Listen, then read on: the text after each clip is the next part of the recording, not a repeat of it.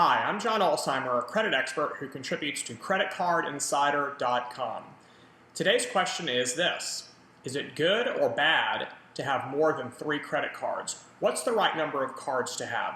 This is an excellent question. It comes up quite a bit. People struggle with the optimal number of cards because they're focused more so on their credit reports and credit scores than they are in some cases about the usability and efficiency of using credit cards. The simple answer to the question is this: there is no right number of credit cards. You're going to drive yourself crazy trying to figure out if it's 1, 5, 10, or more. The number of credit cards that you should have in your wallet is the number of credit cards that you need to function efficiently using credit cards. And in many cases, that's going to be somewhere around 3. You're going to have 1 credit card, maybe your rewards card, maybe another credit card that you use for travel, and then maybe another credit card you use as a backup. It's not necessarily a good idea to put all your eggs in one basket and just use 1 card, because what if you go to a retailer that doesn't accept that certain type of card? Or what happens if that card gets stolen or the information about the card gets otherwise compromised? You're going to be out of commission for whatever amount of time it takes for the credit card issuer to get a new card to you so that you can continue to use it. And then you have the issues with auto billing and the inefficiencies of having to cancel that and then restart it using the new credit card number.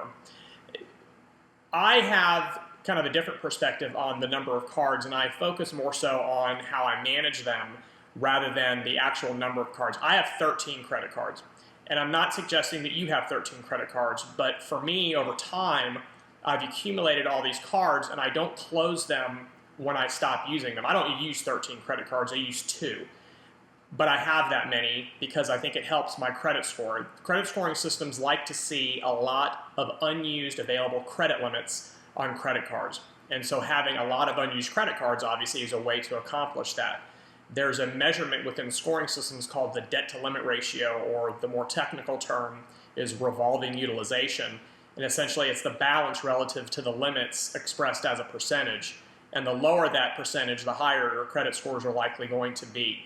So if you can accumulate enough credit cards, for example, to have $100,000 of available credit, you know that you can charge $2,000, $3,000 in any given month and have a utilization percentage of about 2 to 3%, which is actually very, very good for your scores. Obviously, 0 is where you want to be, but still, if you're using a card, having that much available credit acts as kind of utilization insurance to some extent, because even if you go crazy in 1 month and expensive repairs on your car, expensive vacation, or some other major purchase that costs several $1,000s, you're still not going to spike that percentage to the point where you're going to damage your credit score for that month.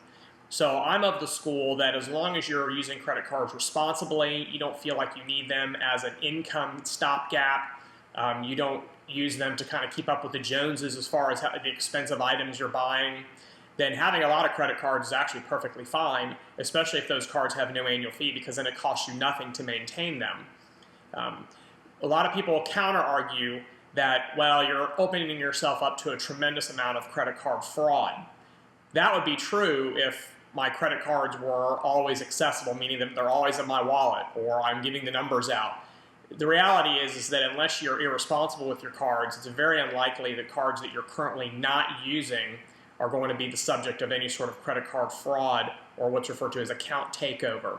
And even if they are taken over and someone gets the number, which is again very unlikely, you have pretty aggressive protections under the Fair Credit Billing Act, and your liability is capped at no more than $50.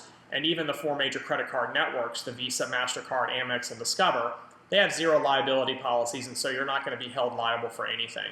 So really being scared of credit card fraud is not a reason to not have a decent number of credit cards if you want them. So keep that in mind as you're picking and choosing your cards, and when you're done using them, or if you're moving your business to another card that you think has a better terms or a better rewards program, at least consider the option of keeping the pre-existing cards open, just so you're giving yourself that utilization insurance by accumulating a lot of unused credit limits. If you have any other questions pertaining to credit or other financial topics, please submit them to CreditCardInsider.com.